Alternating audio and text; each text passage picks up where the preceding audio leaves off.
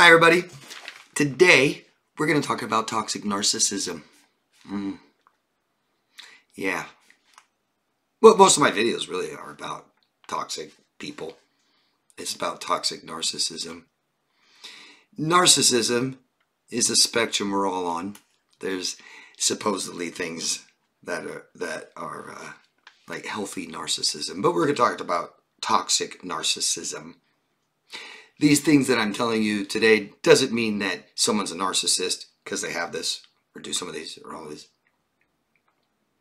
And it's not exclusive to narcissists too. Because I'm definitely talking about people with this disorder do this. We're usually hyper vigilant after narcissistic abuse, and we see narcissism in everyone. We got to see it in ourselves too, though. Yeah? I hope this helps with awareness in narcissism in others and ourselves. I know I've done a lot of these things, especially when I was younger, teenager, 20s. We hope that we grow out of this stuff. I did. But these are signs of narcissism in people as we are speaking to them, as we're communicating with them. And it's good to identify this stuff, okay? And it doesn't mean, like I said, that someone's a narcissist, someone's toxic, doesn't mean someone's going to abuse you or traumatize you or betray you. Doesn't mean they won't, but it doesn't mean that these are red flags are meant to be noted. It's not like you give me a red flag, I'm out. And we might be doing that too much too, okay? And so whenever we talk about human beings, please include yourself. Yeah. You're going to say all people or something. Okay. So it's a spectrum we're all on, narcissism. And we're in the middle. So we all are pretty narcissistic. Only a few have the disorder. Only a few aren't at all. Toxic narcissism is a pattern of self-centered, arrogant thinking and behaviors, a lack of empathy for others, and excessive need for admiration, amongst other things. Now, here's just some typical reactions to very narcissistic people when you share something with them, when you tell them something. Me too. Me too. Me too. Oh my God, me too. Oh my God, yeah, I do too. It's like this and like that. They tell you something, or you tell them something and they don't acknowledge it and just start telling you something. Then I go, oh, really? Wow, cool. Oh, that's cool. Oh, neat. Or want to even talk about what you were saying. It's more like you just gave them a topic to talk about themselves. Maybe they won't react at all. Maybe silence. Maybe they hijack what you say. You are merely offering them subject matter or a topic. You tell them something and they just tell you something about how that relates to them. They might criticize you or shame you. You shouldn't have. They might be dismissive of your problems, of your feelings. Might accuse you, accuse you of things you didn't do. They might project onto you what they're doing. They might gaslight you, cause you self-doubt, questioning your own reality, yourself, who you are. And it might just be insincere compliments. These are common narcissistic reactions, or reactions of narcissistic people. There's three major themes of what they want to talk about. They want to talk about how they're a victim. They want to talk about how they're a hero. And they definitely want to talk about how they're perfect. They want to be influential. They want you to adore them. They want your trust. This is to exploit you. They may want you to help their self-esteem or stroke their ego, reassure them, offer them, make them feel more secure. The victim status. Now, this just isn't for borderlines, right? Narcissists do this. Sociopaths, psychopaths do this. This is the number one way psychopaths get people, manipulate people, exploit them. Being the victim. Poor me, pity party. We've all been victimized. And most of us have empathy, compassion. What a better way to relate to you than I've been victimized. feel sorry for me. I gain power this way. Number one way to exploit people, to gain your trust. They may feel that they're being targeted. They may have paranoia. Here's a common one: the world's against me. That's depression. Depression is narcissistic. When they're telling you these things, they're also telling you they're incapable. They're unable to function in relationships, at work, things like this. You'll hear the self-deprecation. You'll hear, a mom, I'm a bad mom, finally gives up and says something like that, even though she's way narcissistic. It's still about her, and it's prepared for you to tell her, well, oh no, mom, you're not. But what she's saying is, I'm incapable. I can't be a mom. I can't function. It's too hard. Can't do it. I'm bad. Just like a kid says, I can't. Right? The hero, which they'll vacillate back and forth often, same time. Same time to be a victim and a hero. I mean, they can be constantly victimized all day today and still save someone else. I just care about the kids. They virtue signal about how morally pure they are. No good deed is unseen, unspoken. Yeah, what's the point? Like I said, these are things we're all guilty of. They want your trust. They want your adoration. They're overcompensating for low self-esteem. The perfect, I'm perfect. This shows you how they compare themselves to others, which causes low self-esteem. But there's one way, or many ways, to elevate yourself or oneself. But one way that they love to elevate themselves is knock other people down. Criticism. I'm perfect. You're not. I'm morally pure. You're not. Look what I can do. Look what I can do. Stewart on Mad TV. If you haven't seen that old skit, it's great. Remind you of their achievements. Oh man, I'm the best. I'm the number one. I've done this. I have the record. There's many achievements that people do. I respect. Some of them I'm impressed, very impressed. I don't know if I could do that. But we don't need it. What are achievements for other people? I'm perfect in status and talent. I'm unique, special in style and status, looks, athletic, smartest genius ever. My job needs me. I'm the best they've ever had. They would be screwed without me. Like I said, we're all guilty of these things. Someone who talks all the time.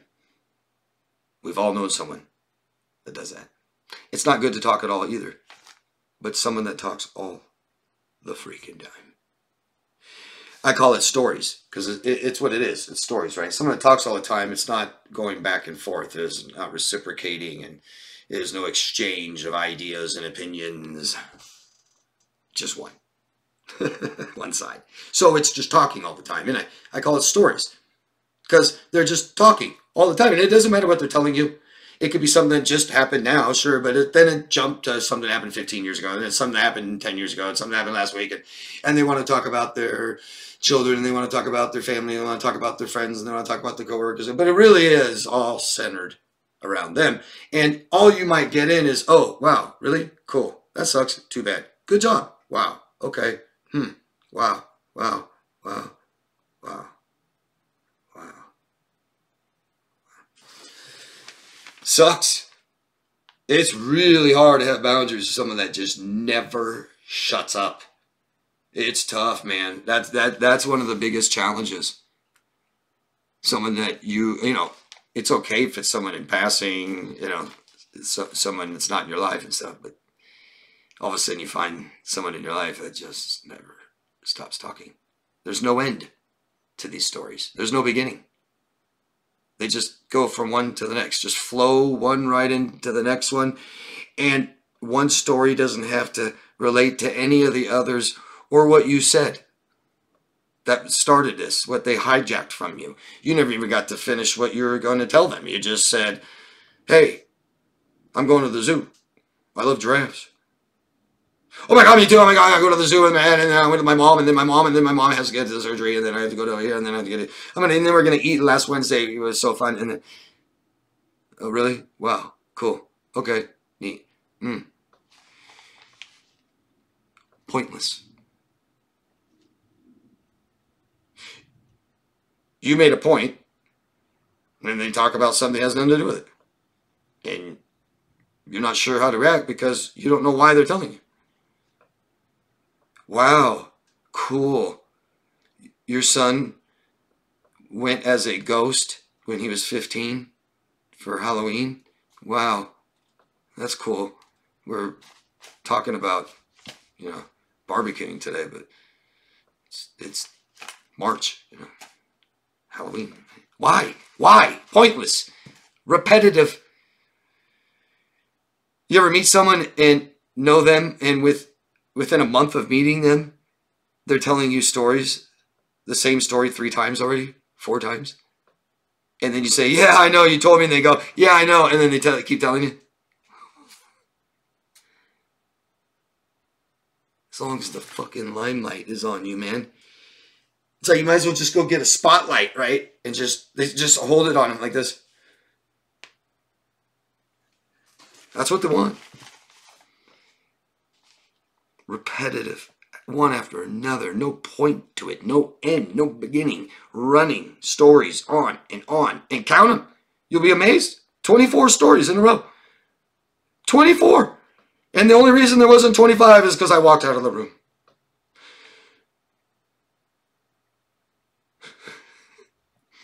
And then when they run out of stories, it's auditory thoughts. Thinking out loud. So now let's see. I gotta take this stuff, put it over here, and then I gotta do that. Tuesday, I gotta call Joe, and then I gotta take the dog for a walk and go get to I gotta go to the vet, and then I gotta decide what I'm gonna make for lunch, and you're just standing there, and now you don't even go, really? Wow, cool, that's cool. It's just sit there and just watch them. You know why? Because what they're thinking is more important than even what you're feeling or what you need or want. They're special. Oh, they're special. They're the talkers. Quite the talker. Yeah. Oh, you have the gift of gab. Yes, I do. Like it's a talent. Well, I didn't say that you're saying good things or it's even interesting or you even know how to talk well. You just want to shut the hell up. Yeah, good job. It's one of your best talents. I mean, it's just, dude, obviously people like this just aren't aware of it. This is something that we all lack self-awareness in, I think. It's our communication skills. Some people don't know how good they are. Some people do not know how bad they are. Talking over you. Oh, yeah. And they're doing it. Now, when someone's doing that, like in a debate, what you're supposed to do is just keep talking. It can work. Unless they're extremely narcissistic. It's almost like it's almost like that's just how they talk all the time.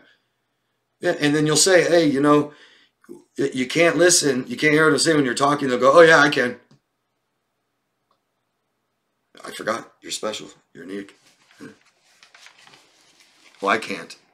Well, okay, then maybe you shouldn't be talking. They'll cut you off. Now, when we could include ourselves, when we cut people off, usually we're excited. We're excited about what we want to say. And the best communication skill is listening. So for, wherever we're affected in communicating, it usually starts right there, listening. We're talking. And histrionics are particularly bad at this, good at this. You got it. When you see it, when you hear it, you'll remember. It's not just cutting you off, right? Like a hijack, like, hey, oh man, I'm going to the zoo with my dad today. And oh my God, dude, I love going to the zoo. I love it. It's not just that. they have this ability to cut off the last letter of the last word you said. So it's pure no acknowledgement. It's, you know what I mean? I'm just going to just tell you the next thing I want to tell you. That all they can do is think about what they want to say next while you're talking, if they're not talking. And then, you know, and it's like, how do we do it? Like, yeah, I want to go down to the zoo today. Oh my God, I want to go down to the zoo today. You see that? Almost like they're finishing what you're saying, but they just cut you off, and it's that last. I mean, it's so precise. You know they do it all the time. And they think it's fine. No, what do you mean? I waited till you're done. And then what are you going to do? Argue about the last letter?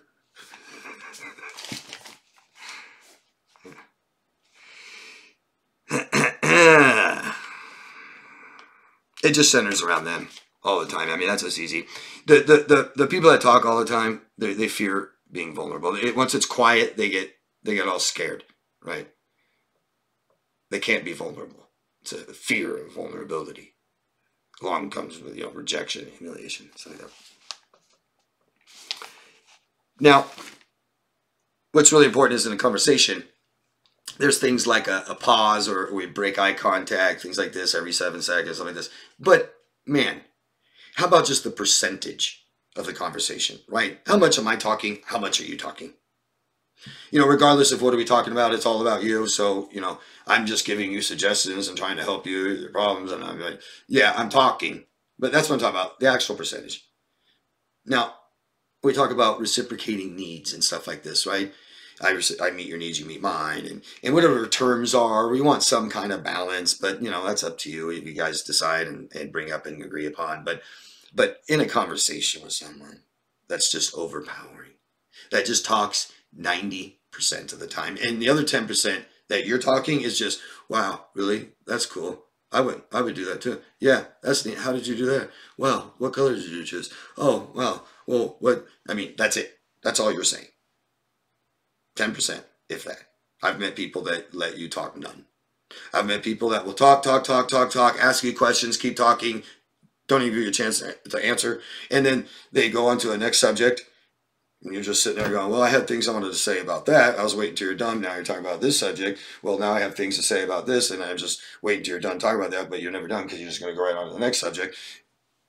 Oh, exhausting, right?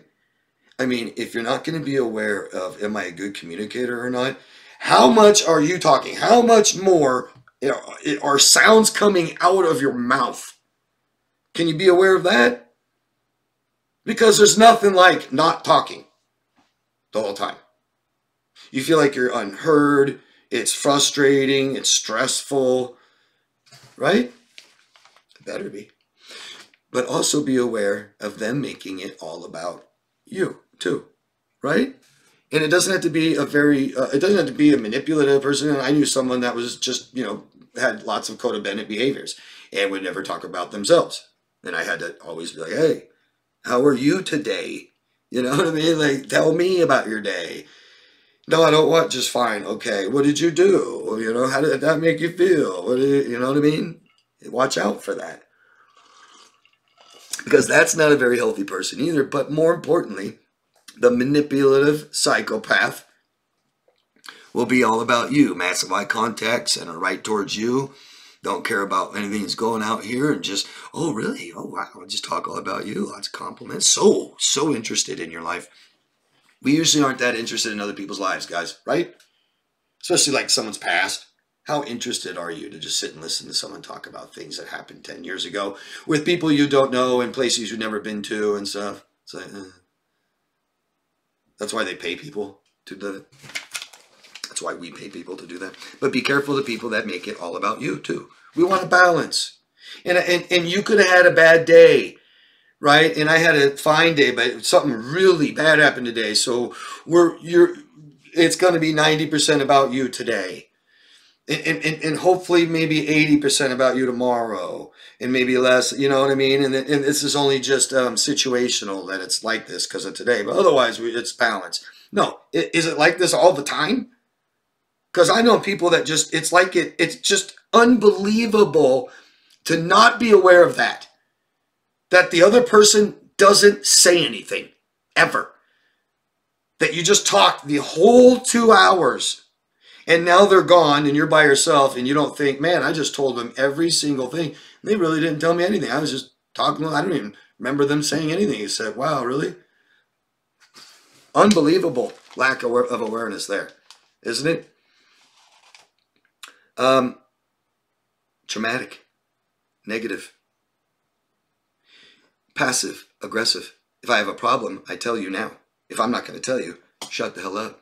Don't bring it up days later. And I understand that you're throwing so much stuff, or I'm throwing so much stuff at you, you know, and telling you so many things, and it's causing you some chaos and doubt, and you just and you don't know how to react. You just react how you're supposed to, and then you think about it late tonight, talk to your friend, and you realize that now you need to bring something up because what I did wasn't right. That's different, okay? But just bringing stuff up later, or I'm not going to follow through with something I promised I'd do for you, and then I'm going to tell you it's because what you said to me the other day. No. Haughty attitude. My biggest thing, the thing I hate the most. The thing I hate the most that people will do right out in the open, right? I mean, obviously there's bad, you know, immoral, unethical things people do. I'm just saying things that people do right out in the open a lot that you see out right there. And it's haughty attitude. I'm so amazing, or fucking just get goddamn shit. I'm gonna beat them up and kick their ass. They don't know what, they have another thing coming. You want to mess around with me, and I'm so good at working. That stuff is disgusting, isn't it? It's so gross. And women, it was so much worse. When you see a woman, there's some things that are just worse to see men do, and there's just some things that are worse to see women do. And to see a woman act like that, like a brute, is disgusting. Biggest turnoff ever. You know? I'm not telling you how to act, right? But I don't think anybody should act like that. It's disgusting. It's gross. It's gross. You're not in control of your emotions. You lack awareness of what it looks like. I mean, other people don't act like that. Oh, you're special, aren't you? It's so narcissistic. It's a diagnostic trait for NPD. No boundaries. No boundaries. Inappropriate questions. Telling you what you should do. Don't tell people, please. Please don't tell people what to do. And just like I wouldn't say to myself, and you please don't do this with yourself and say, I shouldn't have done that. I should have done this thing in the past. We can't change it, right? I'm just beating myself up. So we wouldn't say that to somebody else. And it's not right when someone says it to you. We're all too different. What I do, you know, we don't have the same morals. We don't have the same needs, wants, feelings, nothing. So the only way I can tell you what to do is to completely know who you are. And nobody knows you better than you. So who can tell you what to do? Doesn't make sense. I can tell you what I would do, but who cares? Unless you ask. Eh? Oh, I wouldn't do that. Who gives a shit who you are? People that lack boundaries, you know, won't respect yours. You know, people that sit there and show you, tell you too much, talk all the time, it's too much information. And that's another good thing for boundaries, is just tell someone, you tell me too much, you're telling me too much, you're sharing too much with me. I don't need to know all the money problems you're having and exactly how much and what your bills are and how much you make and what are you doing. I'm not your accountant. Like, right. Stop talking about your kids. Stop telling me so much about your children. I just met you. I don't really care. Why do you know, let's be real. Let's be real. If I just met you and I don't know your children yet, why would I want to talk about them?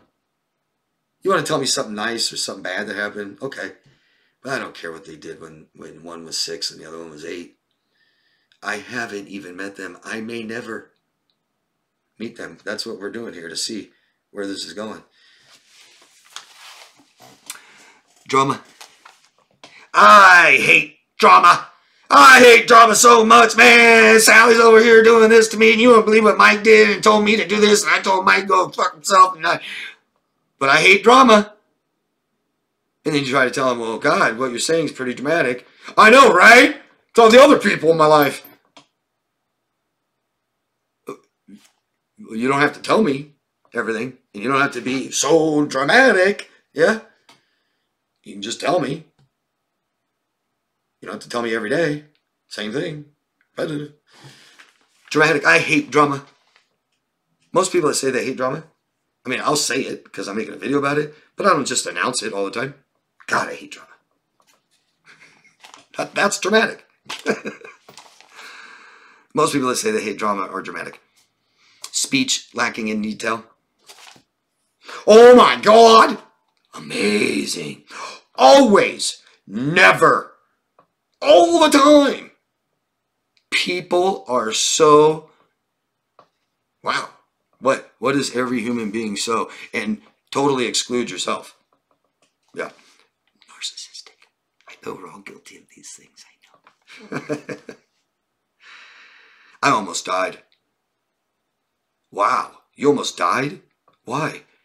Well, the car, swerved off the road and, well, you were going like 15 miles an hour. There's no other car, car's okay. Why did you almost die? Lacking in detail. Won't even tell you why. Saved my life. Huh. You mean the gimmick that they said doesn't work? But it saved your life. You don't just think that it might work. No, it saved your life. Okay. You almost died again. Good thing you put the foot pads on you. We'll talk about what's important to them. Listen, right? Listen to people. Be aware of what people are talking about. Right? If I came up to you and I said, are you seeing anyone? What do I want? What's important to me, right? With you, I want to see you. I want to date you.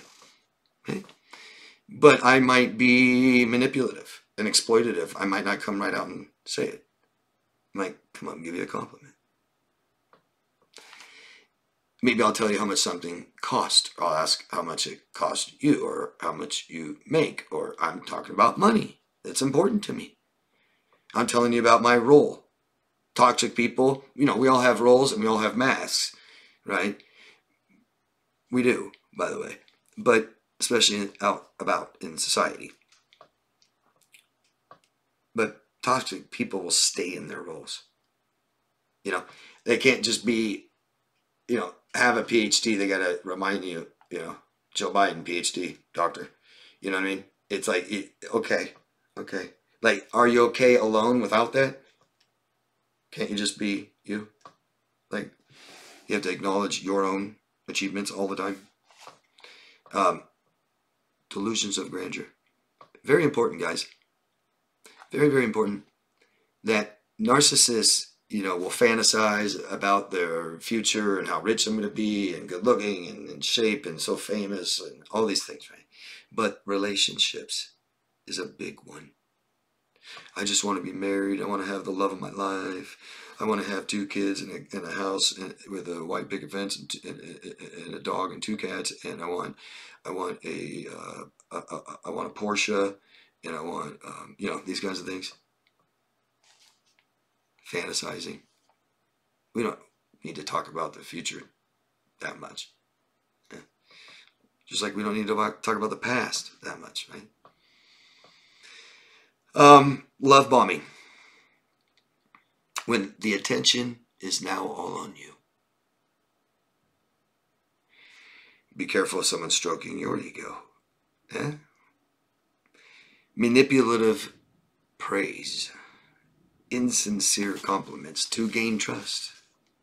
To make you feel so good. Someone that just wants to make you laugh all the time.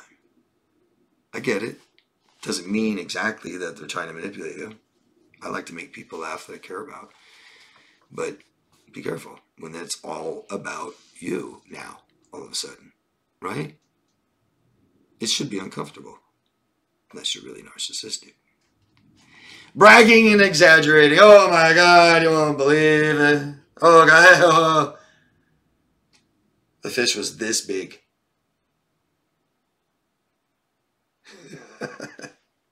It's important. Something we're all guilty of. Especially when we're children. Yeah. They want attention, man. They can't handle their emotions. They want to make you believe that they're a hero or they're a victim or that they're perfect. Yeah. Need for attention is to feel more secure, for validation. They're trying to be more influential. Anytime you've ever been tricked, fooled, conned, lied to, manipulated, they were influential. You were vulnerable. Be careful of influential people. Are they telling you something, or are they selling you something? Are they telling you who they are, or are they selling you who they are? They want trust, your trust. They want acceptance, adoration, attention off of their shame and inadequacies, lacking empathy. We know that they lack empathy. What they do and say is important because of how it makes you feel. And that's what's really important. What matters is how people make us feel. Not too much what we think or feel about them, about their role, about their mask, about what they've done or look like, cool they are, pretty. How they make us feel when they're talking. Are we getting bored? That's not good. Like, I never get bored, but when someone is talking about something so boring, about people I've never met, about places I've never been to, about long time ago, about people I'll never meet, and there's just really nothing. Then we went grocery shopping one day. Okay? You know, just, do you feel annoyed, frustrated, not heard, disrespected, rushed? You know, when we talk about boundaries with people that we just meet, starting relationships too quick, biggest mistakes that we're making, right? If we can own something in a toxic, abusive relationship, it's always we went too fast. Always. I don't care how long it took, because if they weren't abusing you, you know, before you married him, and you said you waited a long time to marry them, and then they abused you afterwards, we didn't wait long enough, did we? Do you feel doubt? Are you doubting yourselves? Are you questioning reality? Are you doubting all the things they say? How could that be? That doesn't sound right. You know, but I don't want to be dismissive. You know, I wasn't there. Are you doing that a lot with people? I have. I've known people where every single thing they're telling me, I'm like, huh? That doesn't sound right. What are you talking about? Really? I've never heard of that. Where does it say? You know, go look up things they say, and there's nothing about it. Can't understand your perspective. I don't know what you're saying. Huh? What do you mean? What are you talking about? You ever know somebody, it doesn't matter what you say, they always go, huh? And you're like, I just asked you if this is yours or something. I asked you, you know what I mean? Huh? What? And you know they heard you. You could, what you do is you just don't repeat yourself. Just sit there and wait, and they'll go, oh yeah, yeah I did. I'll answer you. Okay, no more. Dismissive of your emotions or problems, interrupting you, talking over you. Baiting. I'm not going to get into every little detail so much. The video's long already. Baiting is, I can't control you, but I'll try by controlling how you feel. Right? I can accuse you to make you defend yourself. I can bring up the past to make you feel guilty. I can, you know, be a victim and get your pity, empathy, compassion. I can threaten you to scare you, fear you. I can triangulate you and bring up other people, make you worry. I can antagonize you, make you angry. I can compliment you to soften you, to trust me. I can criticize you to shame you. We don't want people to have control over who we are, right? Don't let people come along and change who you are. Imagine if someone could come along easily and make you defend yourself and feel guilty and ashamed of yourself and empathetic and compassion and afraid and worry and angry. They did that. They did. Appearance. It's quite often people that are manipulative, toxic, narcissistic, or charming, energetic, interesting, kind, helpful, popular, secure, well-groomed. Their appearance, a predator's appearance, would be and someone who's ashamed, depressed, covert, doesn't want to be seen, hiding, could have hats and glasses and a beard and hair in their face, stuff like this. I'm hiding, not being seen. Don't move much, don't talk much. Remember, depression is pretty narcissistic. They want attention. Narcissistic people may accept any kind of attention they can get, good or bad, right? Maybe they don't have any social awareness, shame, dress provocatively and disgusting.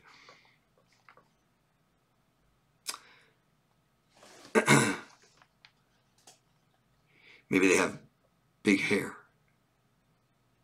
big other things. Maybe they're loud. Maybe they show off their ego, status. You know, dressing in suits, overdressing, dressing in things that are expensive, designer, labels, sex appeal.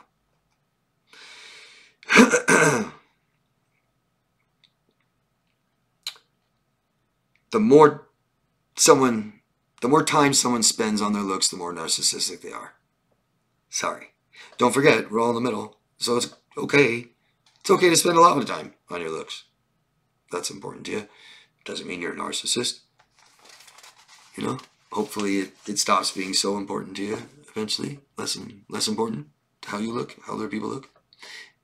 Just some simple body language. While you're talking, they look annoyed, they look bothered, looking over at something else, just waiting to tell you what they want to talk about. Kind of like how you feel when they never stop talking. You get annoyed and bothered. Are they doing that when you finally say something important to you, how you feel, but they usually talk all the time, and you finally say something, they're just like, oh, yeah, huh, oh. I've literally, it's amazing. I know someone that talked all the freaking time, and we went out for drinks once, you know, so I'm like, yeah, and I started just talking a lot, you know, and they're immediately looking at their watch, and like, yeah, and just left. Just like, oh, man, you couldn't handle someone talking at all. Are they very in tune and making eye contact all the time? Like I said, right? Putting all the attention on you to control and manipulate you. Do they tap? Right? Are they loud?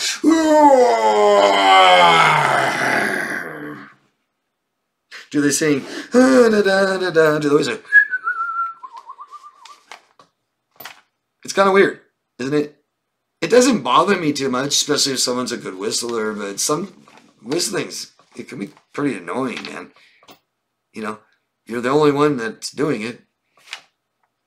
It's weird. I don't know you. I love the people that walk around now talking on the phone, on speakerphone in public, like really did. But just put the phone up here. And just because you're talking on the phone, you don't have to shout and scream.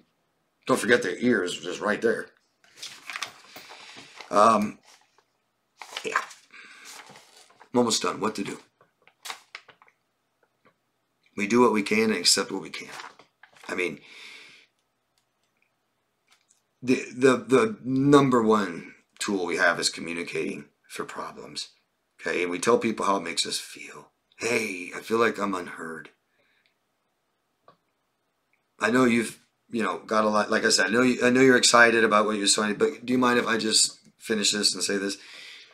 It's tough, man, and we got to have a lot of patience for human beings. People have patience for you. Yeah, I'm sure, but we don't have to put up with it. What is just extremely sad, is that people that have bad communication skills usually just don't have a clue, and they may not have a healthy ego and can take it if you tell them, and so they can't form and maintain healthy, functional relationships, and they don't know why. And it's just really sad. The good thing is most people have done this, may do this, and can change and can stop. So we want to not throw relationships away. We want to try to make things work. And I suggest before you just throw relationships away, you make things work. If they're abusing you, get the hell away from them. One time. Okay. We have to accept that some people have poor communication skills. And we can recognize how vitally important it is. Right? The only way to fix it is to communicate. Okay, and if that doesn't work, you can try and get help. But the only way to stop it is to leave. You know, if you can't fix it, it's over. Don't feel sorry for someone and not say anything and put up with this kind of stress forever. Say something. Say something. If you're in some type of relationship that's causing you stress, you don't know how to fix it. If you think it might be, manipulated or abused, you're not sure, doubting, stuff like this, step outside of the relationship. Sometimes we can't fix everything with a person. Step outside of it, tell somebody and ask for help. Anybody that wants coaching, you can find me at daviddemars.com. The link's down below. Please ask me questions and please share your experiences, guys. Okay? Thank you. Love yourself first.